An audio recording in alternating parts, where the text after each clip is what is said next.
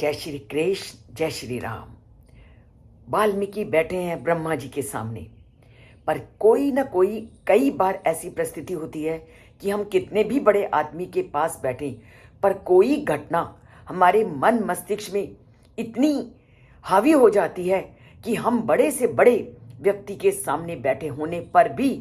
जिस घटना ने हमारे मनोमस्तिष्क पर प्रभाव डाला है, उस घटना से हम अपना नाता तोड़ नहीं पाते। और वही परिस्थिति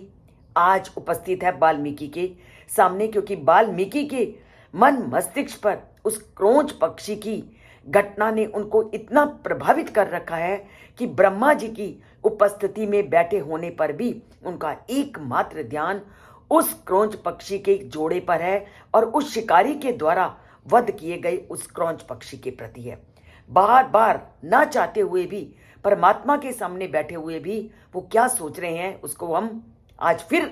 जानते हैं कि मत यत तादृशम चारु रवम क्रोंचम हन्याद अकारणात् शोचन नेव पुनः क्रोंचिम उप श्लोकम इमम जगऊ।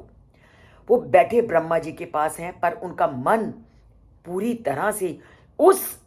समय के ऊपर है जब शिकारी ने उस क्रोंच पक्षी को मारा और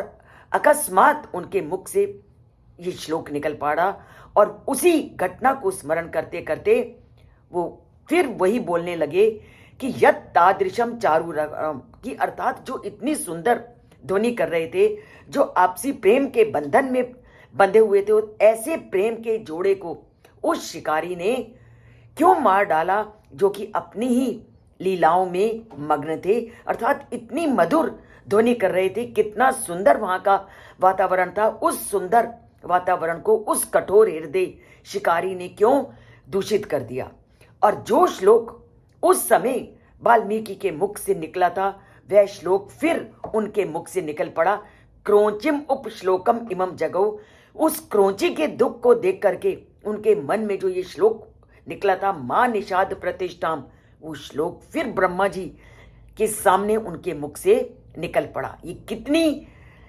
एक संवेदनशील वातावरण का वर्णन किया है कि जो व्यक्ति दूसरों के प्रति करुणा का भाव रखता है, जो एक सज्जन व्यक्ति होता है, वो जब ऐसे दृश्य को देखता है तो ऐसा दृश्य उसके मनोमस्तिष्क पर इतना हावी हो जाता है कि वो ना चाहते हुए भी उस दृश्य से अपना नाता नहीं तोड़ सकता। और ये हम सब अनुभव करते हैं, जब ऐसी कुछ अनहोनी हम किसी के साथ होते देखते हैं तो घर आकर भी कितने दिन तक वो घटना हमारे मनोमस्तिष्क पे